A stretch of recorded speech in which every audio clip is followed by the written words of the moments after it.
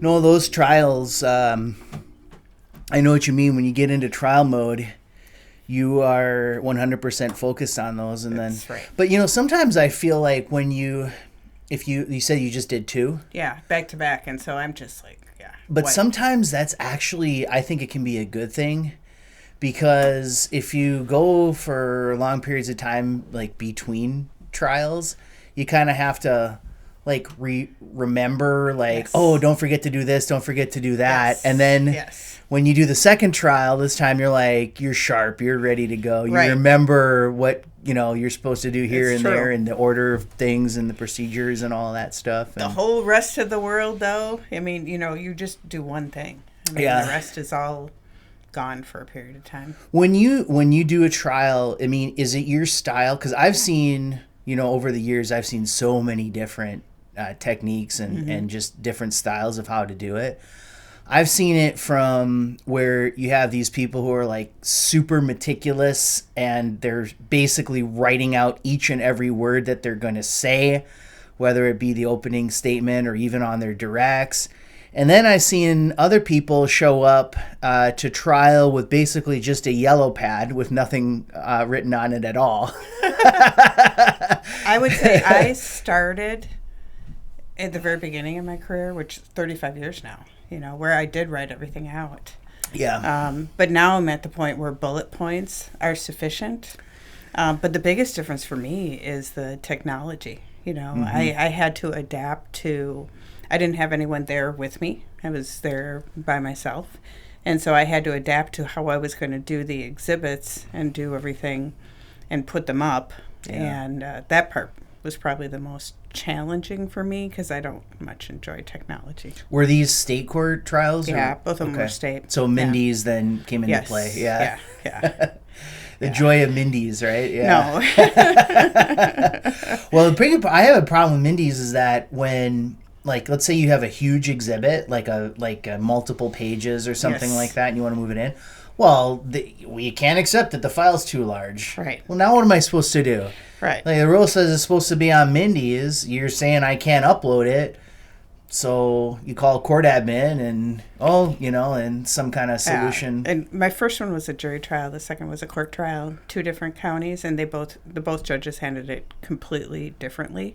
Yep. And they wanted exhibits differently. The second court wanted the T exhibits on what Mindy's was actually assigning to it. And I hadn't kept track of that because I've never had a judge ask for that. And so I was like, oh my gosh, So yeah, the technology Yeah. is the part that makes me weary at this Yeah. stage. I still love the being in court trial work. I enjoy that part. I enjoy the being solely focused on one thing and doing it well. You have a laptop with you then? Yeah. Okay. Yeah. It seems like every 2 years I'm upgrading my laptop, and it always has to do with what we have to do in court. Yeah. Well, I mean, kind of getting back to that whole, the two ends of the spectrum being like the super over preparation. I mean, I shouldn't say over preparation because it's not really over preparation because you can never be more, over prepared. But I mean, just sort of like the scripting practice to like the totally loose, laid back. I think most of us do wind up just right at that bullet point level where just, okay, don't forget to say that, don't forget to say that. Right. The subject matters. You want to make sure. I mean, what do you have to prove? What do you want to get in for cross? What exhibits have to get in through which witnesses? I mean, all of that. And that's why trial days, are so long because I'm double checking everything in the morning and then we're going over things at the night. And so I was laughing and saying, I think doing a single Ironman is easier than multiple days of trial because you're done. You're a day and you're done. And also, I think, it's something that they tell young lawyers is, at least it was told to me that you really have to listen. Like, listening is the most important thing that when you're doing a trial or a deposition. Yes. And when you're scripted out like that, you spend less time listening. Yeah, I agree with that too. If you're looking too closely to that, you want to watch. And I'm always, when it's a jury trial, trying to see how the jury's reacting to things too. And so there's so many places that need your focus. Yeah, I had a mentor attorney back at the Manhattan DA's office who used to say that the trial's won or lost at the jury selection phase. Yeah, I agree with that. I completely agree with that. And you think that you have a good jury, when you finish it, and you're deselecting people rather than selecting. But you never know. That's for one sure. thing. They call it picking a jury, but that's not You're actually really how not. it works. No. Yeah, I always have to explain that to clients. I'm like, it's not really picking a jury. We're just trying to, remove people that we think will be the toughest on our position. It's a process of elimination, right? Yeah. But nobody wanted to be there before Christmas. That I was certain of. That was one thing we wanted to make sure to be efficient with our time and get through it, because it's not the time of year where, jurors I think frequently don't want to sit in court, but definitely not right before Christmas. No. The other thing about trials too that I find is that something unexpected always seems to happen during the course of the trial. Yes. Yeah. Yeah. I'm trying to think if I had anything. I didn't have anything really big unexpected with either of these. Actually, probably the most unexpected part was how well my witnesses did and how well the testimony went in. I mean, that was probably more of a surprise, because I'm waiting for a shoe to drop. What's going to happen? What do we have to respond to? But this was a bit of a surprise. Do you prefer to do directs or crosses? Cross. Yeah. That's probably what I'm best at. Why? I like the preparation that goes into it. And I was always taught, my first mentors were at a large firm downtown Minneapolis, and they always said, there's 3 rules of cross. And I said, okay. Control your witness, control your witness, control your witness. Right, yeah. So that's what I always learn. And so it's probably because it's a little bit more of a challenge, but I enjoy both parts. You ever heard of Irving Younger before? Yeah, of course. Did you ever watch, because I know in law school, Irving Younger is like sort of a trial guru from like the 60s and 70s. Yes. But did you ever see, he had like a lecture once that he gave, and it looked like he was speaking to like a crowd of like, looked like hippies basically, where he was talking about trial techniques. Really? And he was screaming, and he was going, cross-examination should be brief, succinct, short. That sounds like him. I don't know if I saw that one, but that totally sounds like him. And I follow that train of thought. My shorts, my crosses are never very long. Yeah. I just look at the ones that are going to be the most beneficial, and I don't waste time. Because, you mentioned this before, too, but when it comes to client expectation versus, like, what the reality is oftentimes, like, sometimes I feel like clients are looking for, as we call that, like, the Perry Mason moment or something, where you uncross, like, you get them to kind of melt and say, you're right, Like, I did have one of those, but I was expecting it, the first trial, because I had a very good plaintiff's deposition where I got a lot of admissions in the deposition. Beautiful. And so when it came to trial, I was curious, because I had her admit at the deposition that she knew when she published this Facebook post that it was not true. Yeah. And so then she tried to wiggle out of it. And so we actually had one of those, pin drop moments in the courtroom where I took the deposition out and I impeached her. And she had to admit to the jury that she knew that Facebook post was false when she posted it. Yeah. And it was very powerful. Wow. And obviously I used that in the closing. Not to get into the facts overly much, No. but was it a defamation case or? It was not. It was a breach of contract fraud case against my client that I was defending. I see. And then we did a counterclaim for defamation. And we got a defense verdict on our claims, which I was very grateful for. I thought that was the right decision by the jury. And we got a nice award on the defamation, too. Beautiful. Yeah. So it was a good day. Yeah. It was a very good day. And defamation is one of those, too, where people, I think, don't quite understand the all the nuances of it. And True. How you have to prove damages, like you do in any other case, unless they're accusing you of like having a disease or something. This actually we had no proof of damages. This really was, this was a per se case. Okay. Oh, it was a per se case. Because it was that strong of a Facebook post, without getting into all the details. But it was that strong. And so we left it completely in the jury's hands in terms of what to award. Wow. Yeah, so I didn't know what they were going to do with it. I really had no idea. So it was a pleasant surprise. Did you get to argue to the jury on damages, or how do they handle that? Well, there's presumed harm, under the law. Defamation presumed per se. Harm, for per se. And so I didn't argue a dollar amount. I argued just, you've heard the testimony about how this affected her. Because the Facebook post had also been posted by the plaintiff or, counterclaim defendant all across the Facebook in many, many different places intentionally. And so they got to decide how they wanted to deal with it. The jury did. I like that. And I liked how they dealt with it. I thought they were very creative in how they came up with it, and it kind of sent a message that was very strong about this was wrong, this was bad behavior. And it's a good feeling when you come out of it with a jury trial, especially because what the result is before you leave, right? As opposed to a bench trial where you have to wait 3 months. Yeah, we're in the waiting on the second trial is a court trial, so that one's the waiting one. Yeah. All right, so your specialty is, I don't want to use the wrong term here, equine. Yes, it can be called equine or equine, both are correct. Equine or equine. Yeah, okay, it doesn't matter. But not equestrian.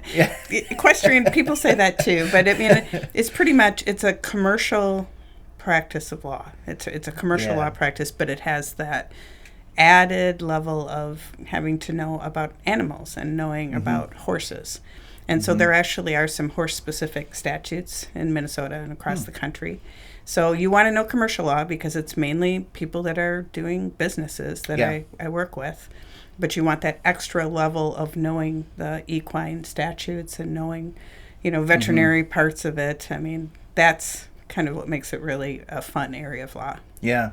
So, I mean, just in terms of form for these disputes, are we talking just kind of your standard breach of contract and fraud and things? It's kind of an interesting area because when you think about all the things like a small business will go through, and a small business that frequently is on land, so it's everything from breach of various kinds of contracts to defending barns and individuals when there's been an accident, either of a horse or an individual. Okay. And also there's land use issues, conditional use permits, things like that we're always dealing with, so zoning issues.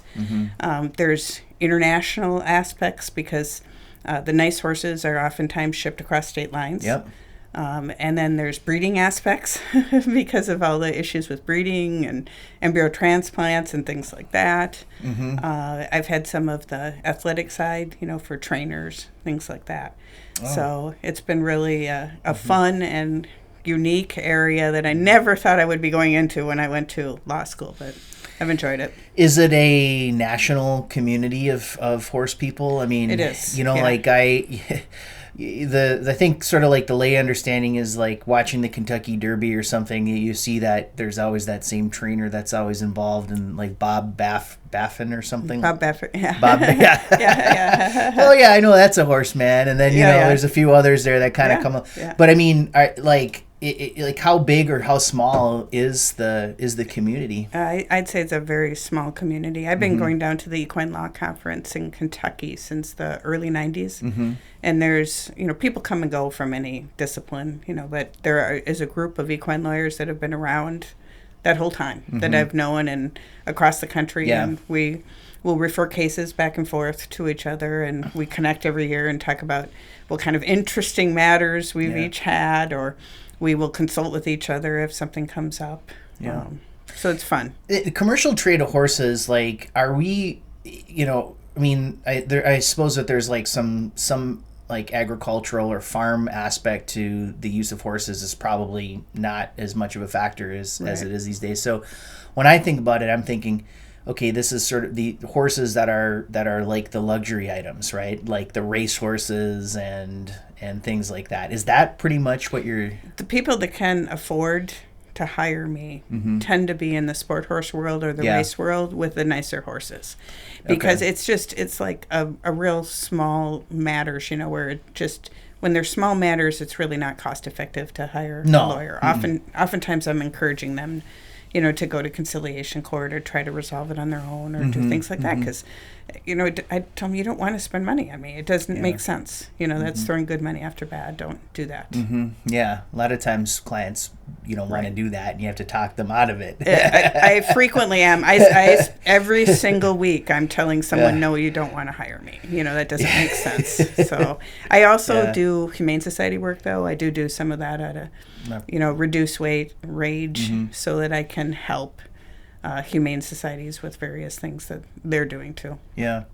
Well, then it seems like, again, just drawing on my very limited experience with the understanding of horses and stuff like that, sometimes you watch these things and they talk about like ownership groups and things like that, and how, somebody who maybe isn't like mega rich or something like that can somehow find themselves as part of an ownership group of a horse that just skyrockets to the top of the profession or something. It's always like a feel-good story when something like that happens. Those are the exception to the rule. So usually it's the Darth Vaders out there who are...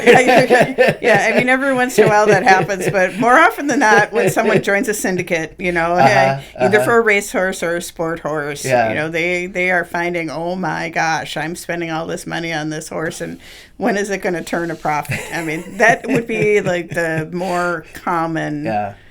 common deal. Everyone goes in with high hopes, but it raises kind of an interesting point too, because like I know like with the Twins and baseball and stuff like that, they talk about like there's the style of owner like a Steve Cohen who owns the Mets and everything like that, who just looks at this as like this is a hobby to me, so I'm not going to try to necessarily run it as a business as much.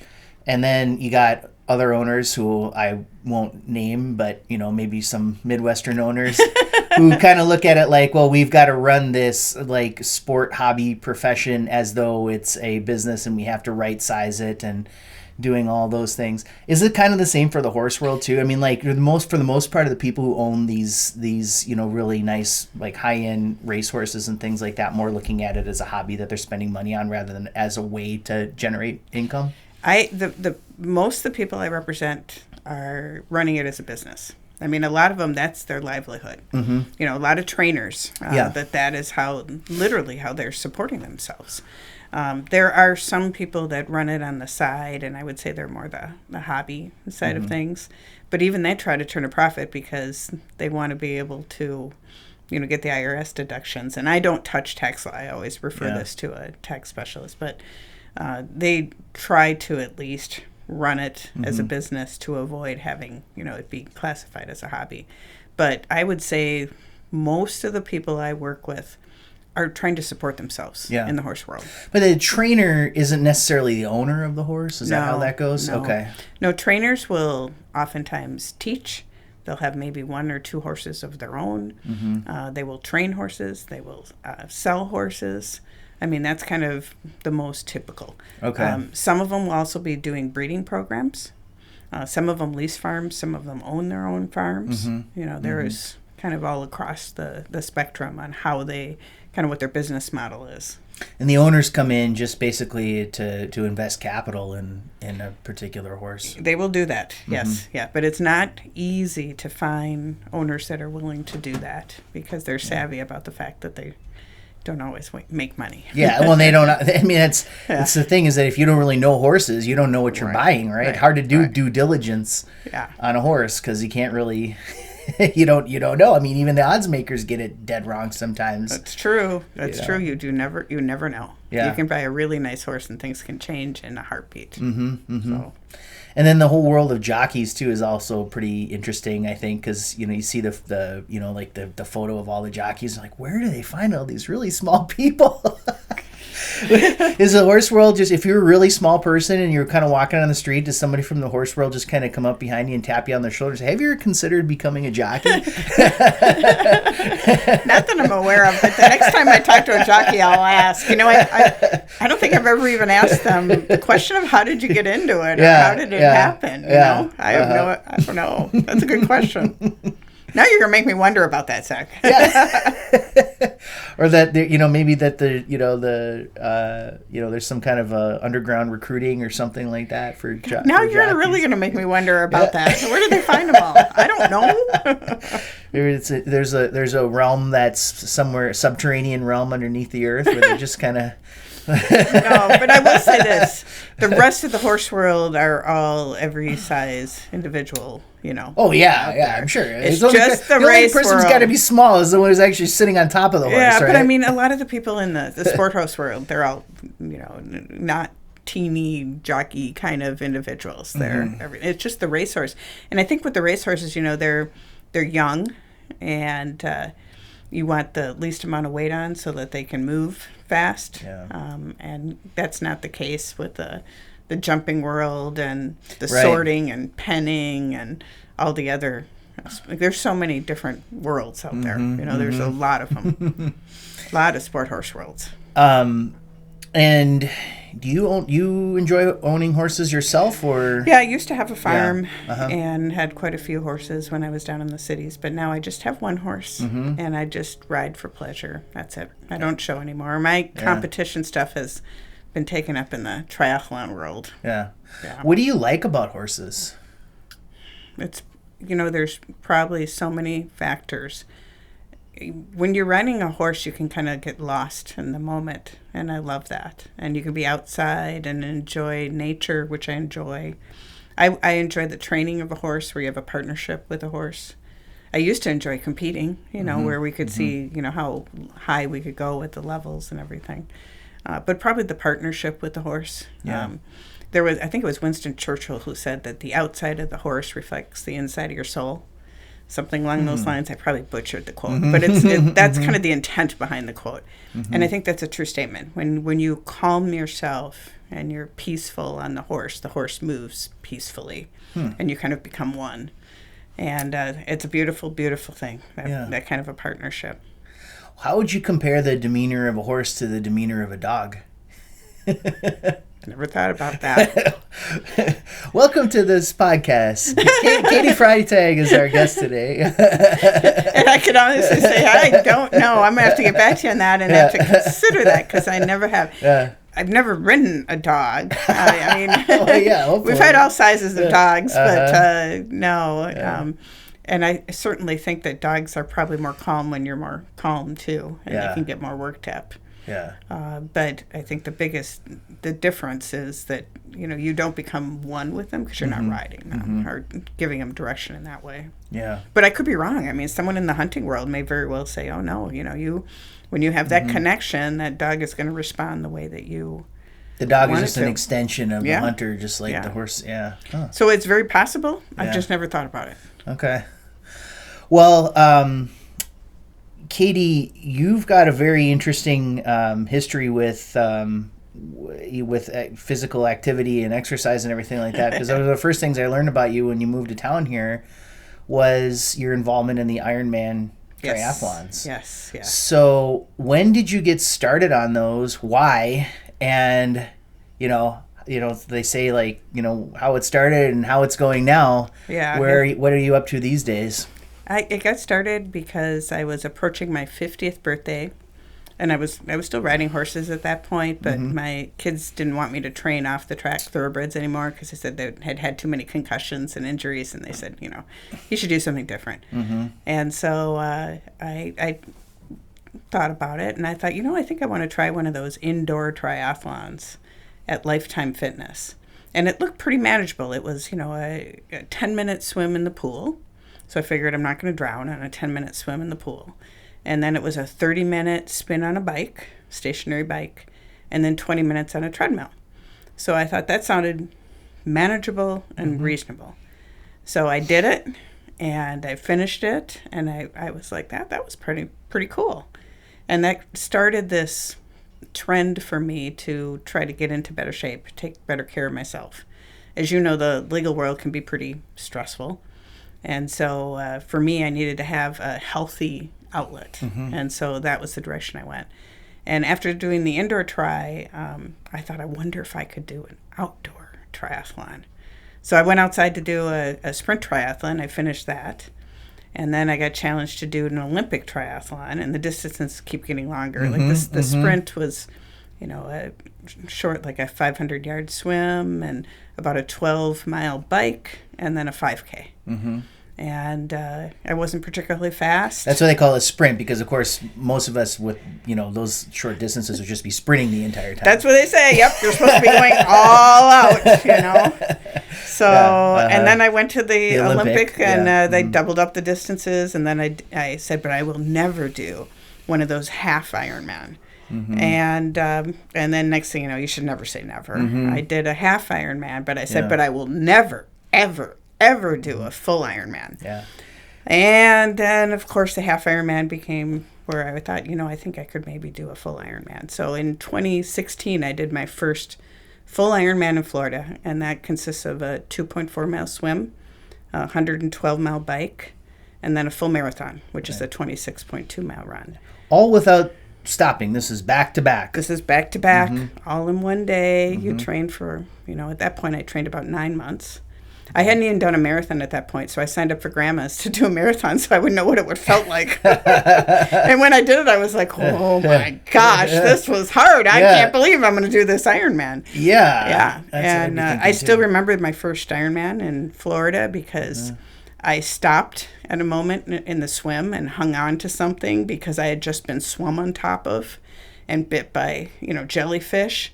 And I thought I was going to die. And so I stopped to pray. Yeah. And I said, Lord, do you really want me to die here today? And then that verse, I can do anything through Christ who strengthens me, came into my head. Philippians 4. Yes. It's one I've relied on frequently. And so then I thought, okay, I'm going to keep going. Yep. And I finished the swim, and I didn't drown. And I later found out that they had almost canceled the swim that day because the swells were so big and the waves were so big that they were concerned about the swim. But I made it through the bike. That was my first time going even over 100 miles. I had not done that before.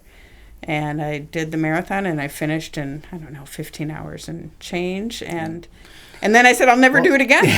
And now how many have you done? I have now done 5. 5, and you've got another one coming up. I have one more coming up. I think that'll be my last long-distance one. Okay, so before we get to that, I wanted to go back to that first one again. So you got through this point, you're at the point in the swim where you thought, I might not finish, but I may actually die here. Yes. You got through the swim, obviously. So what was going through your mind at that point when you were getting ready to get on the bike? I was so grateful. I mean, I was thanking God, like upside down and inside out. I'm like, oh my gosh, I made it through the swim. Thank you. And I grew up swimming, but it's a very different beast being in a group of people where it's like combat swimming. And you're getting, swum on top of and kicked and elbowed. And, I mean, it's You're that brutal. Close to each other? Yes. Why do you have to be so close? They used to send everybody out kind of in a group. Yeah. Now they're trying to space people more, but you still get bunched up. But, I mean, like the ocean's big, But not everybody swims. You have to go around buoys. There's a course that you're on, and not everybody swims at the same pace. Sure. And so you have you're supposed to be kind of putting yourself into a group where you're going to swim at a particular pace, but that never happens right. Yeah. And so some people are going slower, some are going faster. Everybody's trying to survive, and it's not. I don't think most of it's intentional. I think most people are just literally trying to survive. How many people are we talking about? Like as a typical number that are doing an Ironman? There's usually like 2,000, and now they. Yeah, so I mean, it's a lot of people. It's a lot of people. It's a lot of people. So then, like, is the bike ride, like, I guess when I think about this, I mean, I'm just trying to rationalize this, like, in my own mind, like, what I think of, okay, the bike ride's got to be almost like a break, in a sense. The bike do people ride, think of it that way, or? No, the bike ride's long. I mean, 112 miles on a bike is a long time. I remember that first one took me about 7 hours. And you get sore, and you get tired. And it was windy because flat courses tend to be windy. And so you're riding against that resistance.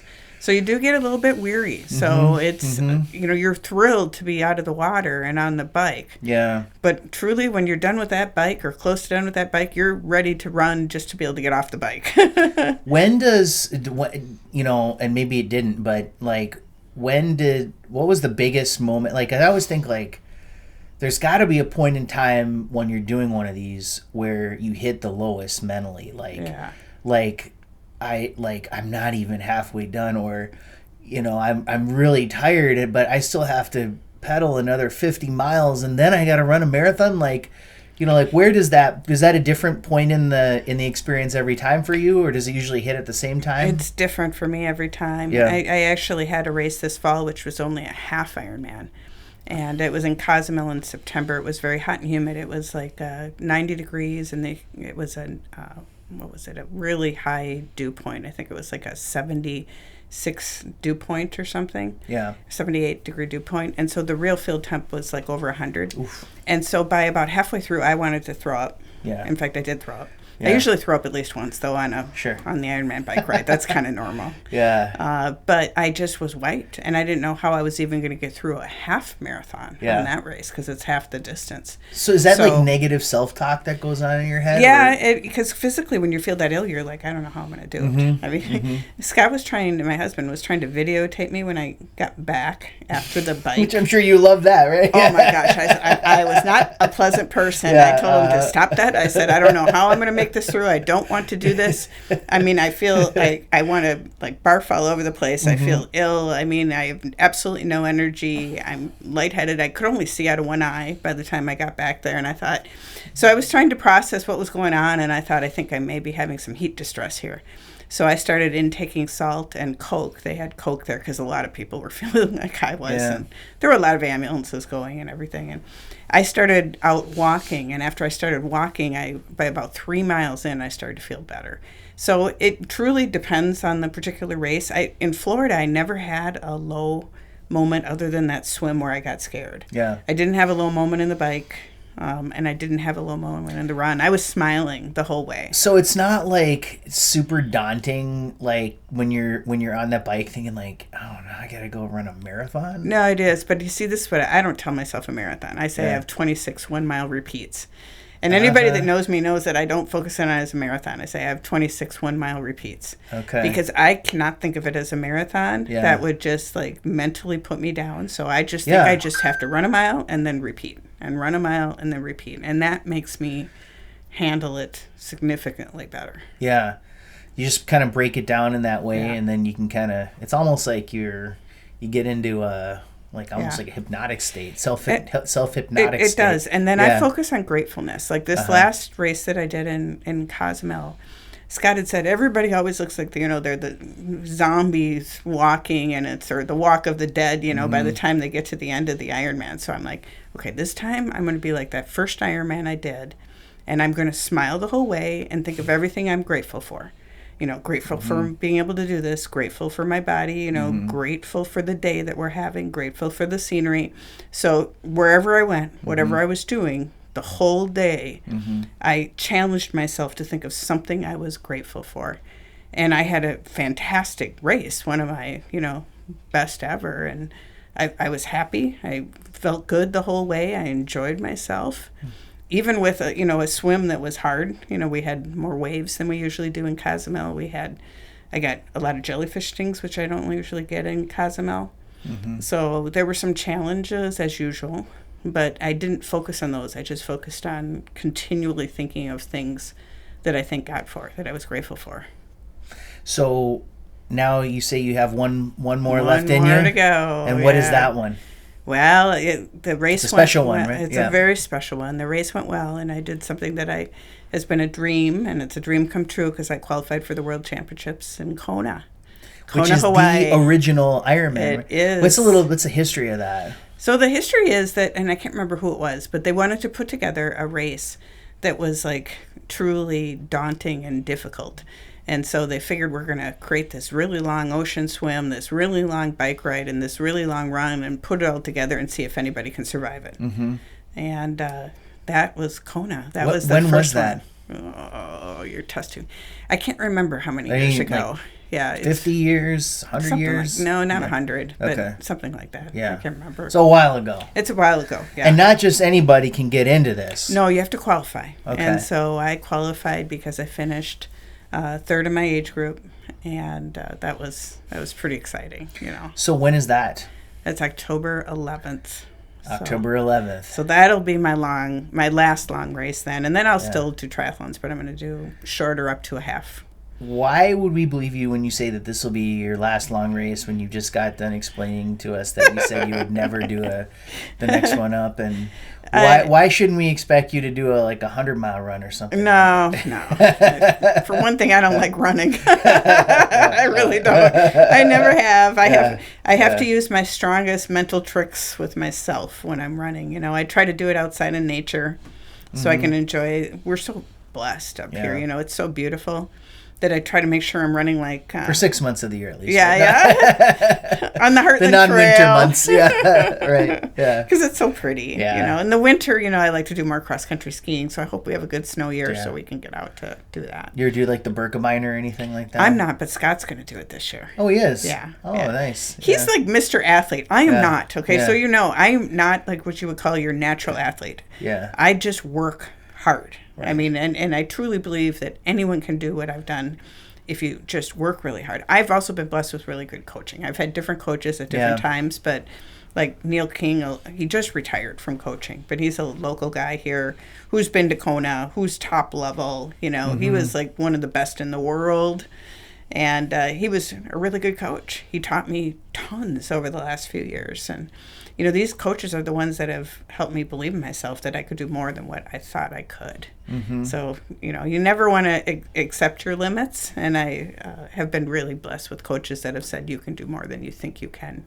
So the coaches, are they kind of giving you like a holistic training program? Yeah, they give a training program, and I like that because when I'm always focused on work, you know, and so many other things, work and charities I work on and such.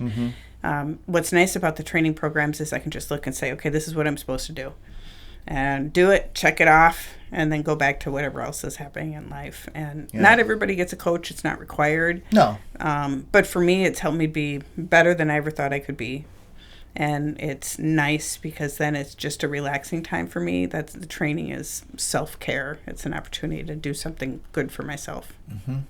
And so, I mean, you know, you've got this race coming up in October. Is it about a 9-month training cycle?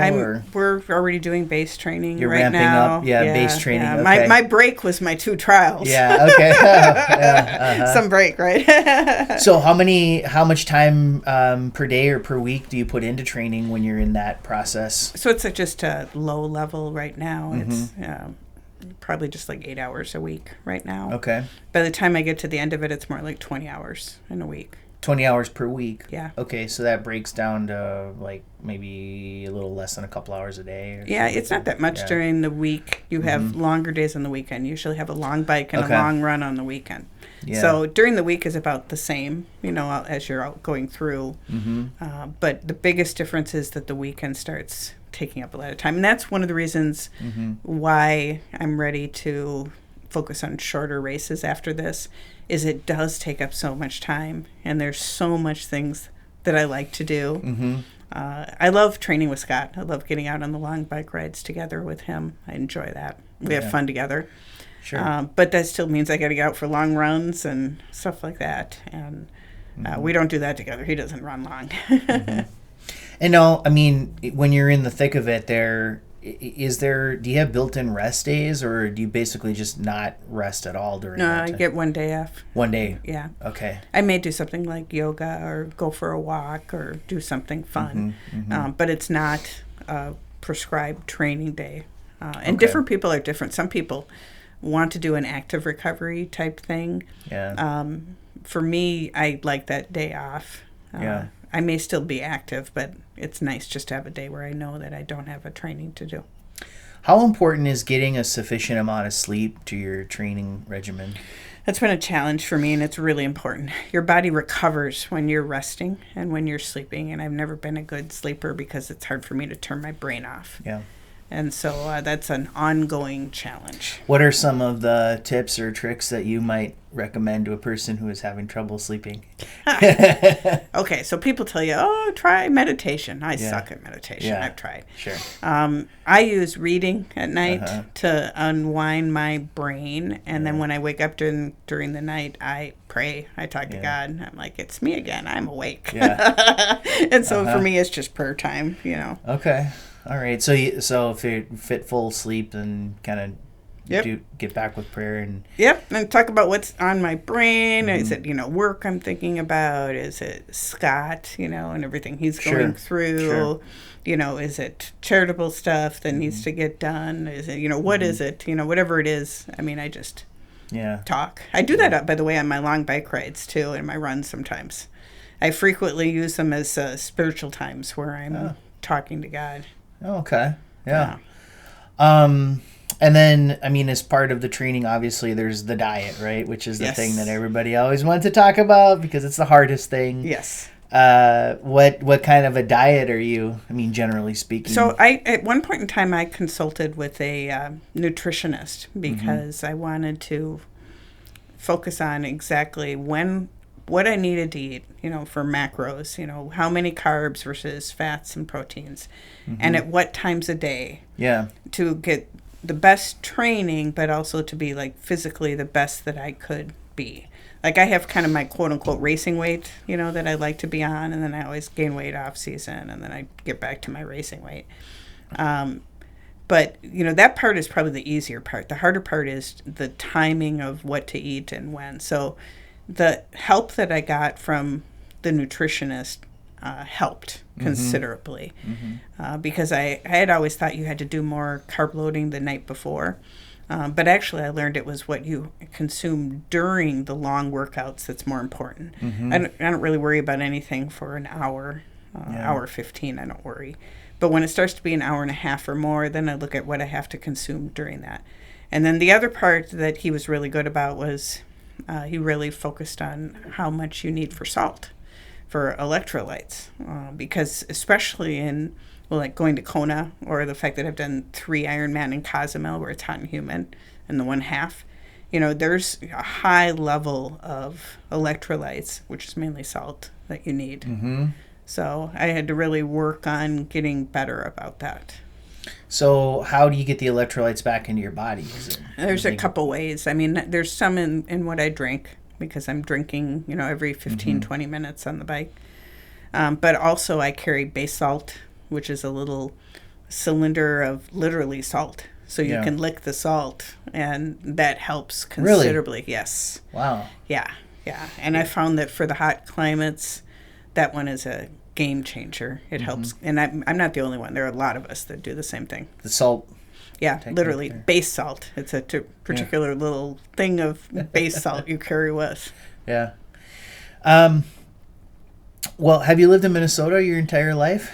Other than my 3 years in law school in Oregon, yes. Oh, where'd you go to law school? University of Oregon. Oh, okay. I think we talked about that before in Eugene, right? Yes. Yeah. Okay. I loved it out there. It was beautiful. And so you've only ever practiced in Minnesota then, too? Yes, that's correct. Okay.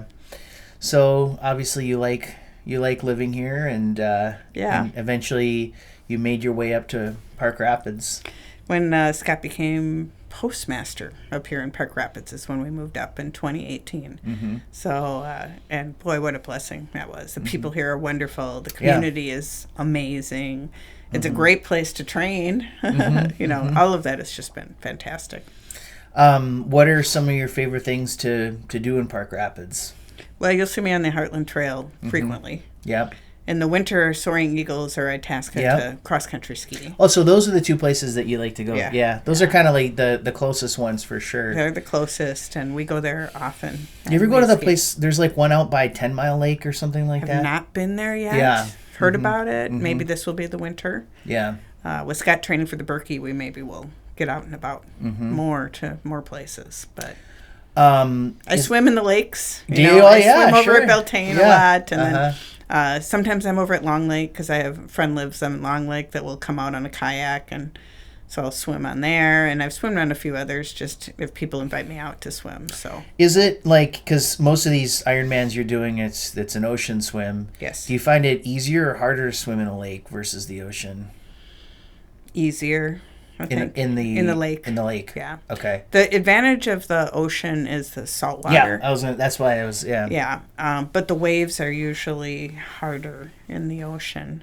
When it's a calm day in the ocean, it's always like a gift. Yeah. So I would say I have more calm swims on the lake, and the waves are different. The lake waves seem to be more, they're small and choppy.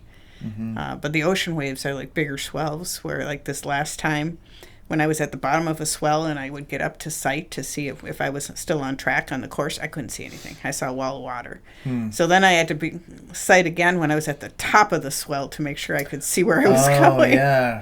And I've never had that experience on a lake before, only on the ocean. Maybe Lake Superior. I did one half distance in Lake Superior. Are you serious? I did, yes. What was the distance? It was a half. Okay, so that's that's a 1.2 mile swim, 56 mile bike, and then a half marathon. Was that in Two Harbors or Duluth, or where did you? It was outside of Duluth, and I'm blanking on the name of it right now. Yeah. But up 61. Yeah, it was. No, it's like right in Duluth. Right smack in Duluth, right down. Like Brighton Beach or something like that. Or it wasn't even Brighton Beach. It was in that little bay area where those boats. That give you like the little tour and everything. Yeah. This was when you would jump off the boat. That's how you started the swim. You had to jump off the boat. Oh, that cold water. The water was cold. I don't like cold water swims. Yeah. The water was cold, and there was like this greasy film from the big ships, that were in the bay, and so it smelled and it was kind of gross. And it was not my favorite. No. Okay. And obviously you're a member of Rotary Club. Yes. And are you still doing the dragon boats, or is it? I still am. Yeah, but thankfully I have people doing it with me. Right. So I'm not alone now. I'm really, really excited because we have a few people that are helping out with Dragon Boat.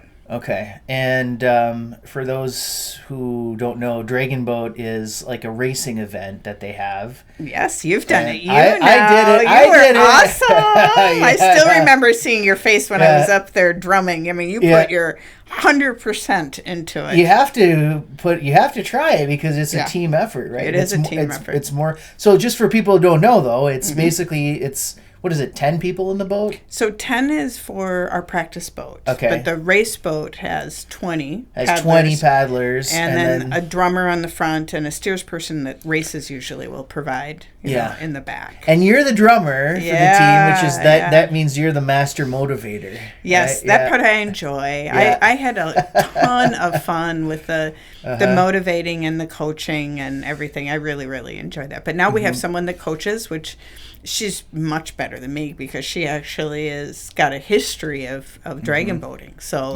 Pam, who's a Rotarian now. Yeah, no, she is. Mm-hmm. And then we have a couple other people, Renee and Tom, that are both doing the organizational side of it. And one other person that I tag team with for drumming. And so I'm hoping to actually do more paddling this summer and have other people to do some more drumming. Okay. So there's 2 events. There's the Bemidji. We usually do Bemidji Dragon Boat Festival and then also the one up in Superior. Mm-hmm. So. And if people are interested in that, do they have to be a member of Rotary? They do not. This is a community-wide event, and we very much encourage. In fact, we haven't set the date, but we'll have our first winter meeting coming up in January. And every year we're recruiting for people to come out. When it's a beautiful thing, it's sponsored by Rotary, so it's free. Yep. And we provide the paddle, and we provide the life jacket, and we provide the boat, and we practice through the summer. And then go to those couple of races. So we ask people to come out at least once a week so that they can get comfortable with the team, and we have a lot of fun. Maybe you'll be there this year. Maybe. I'd love to see you there. We'll see. Yeah. And then you're also involved in some other charities locally too, right? Yeah, I am. I'm the new president of Wellspring, which is in partnership with World Vision. Okay. Congratulations. So, thank you. Yeah. So we're very excited about that. And I am also involved, obviously, with different things in Rotary. And that is about it right now. I'm trying to keep my level. I mean, we've had our own. I mean, come on, Katie, can't you do more? Well, we're wrapping up the Miles for Money the end of this year, but I will continue. And Miles for Money was fundraising for both Zero Prostate Cancer and Schizophrenia and Psychosis Action Alliance. That's milesformoney.org, isn't it? Milesformoney.org, yep. And but we will continue to fundraise for Zero Prostate Cancer, and I will continue to do things for them because there is still a huge need out there to, number one, raise awareness for men to get their PSA tested. We continue to be contacted, even at this point, by people that are getting diagnosed and didn't have a PSA test and are already having aggressive cancer. So when should people do that? Men that are high risk should really get tested in their 50s, and it's a simple blood test. And high risk means, did you have family members? You know, men that had prostate cancer in your family. Yeah. Or are you black? You know, African American. You're high risk. And so you can get the aggressive form of prostate cancer earlier. Yeah. So it's important you start getting tested. Every other men, you know, talk to your doctor. 50 and up is fine. Okay. But if you've got that so history, I got to worry about that for another 10 years or so, right, Caleb? That's right. That's right. You're okay, Caleb. Yeah. You can wait there for a while. But we will continue to do everything we can. We, in fact, we're going back out to the Zero Prostate Cancer Forum, and we're going to be going to Capitol Hill again and advocating at Capitol Hill. So we're in training to do that, too. So that's not a local charity here, but it is one we continue to be very, very active with. Okay, well, Wellspring for the World, there's a website for that. Yes, yeah, there is. And I don't remember that we're in the process of changing it. The Wellspring, we're going through a transition where we are just going to be a function of fundraising directly for World Vision, rather than having a local entity. So it won't be that obvious to people other than the fact that donations will go directly through the website to World Vision, and also donations will be written directly to World Vision. So that's the main and the mission of that is to bring clean water to every person in the world. That is correct. Right? Yeah. That is correct. And the goal is still for all those people to have clean water by 2030. Okay, so we got another 5 years. That's right. Yeah. All right, and I don't know if there's any other websites. I'm sure that people could, if you want to send me a link, we could put it in the description. That'd be good. Yeah, I will, because I'm not sure if the link changed or not. I need to ask. Okay. Well, Katy, it's been awesome having you on here. Thank you. I mean, and just on a personal note, it's been just great being a friend of yours. I am so grateful for your friendship. Scott and I were just talking about that the other day. We're like, we're just so blessed to have met you and grateful. Yeah. So. Oh, and the feeling is mutual. Yeah. And I can't wait to spend some more time with you guys. We feel that way too. Thank you. So, but anyway, Katy Freitag, thanks for coming on, and wish you the best on everything that you're doing. I appreciate it. Thank you. Maybe you'll come to Hawaii and cheer me on. Boy, that would be tough. You'd have to twist my arm. All right. Thanks, Katy. Thank you.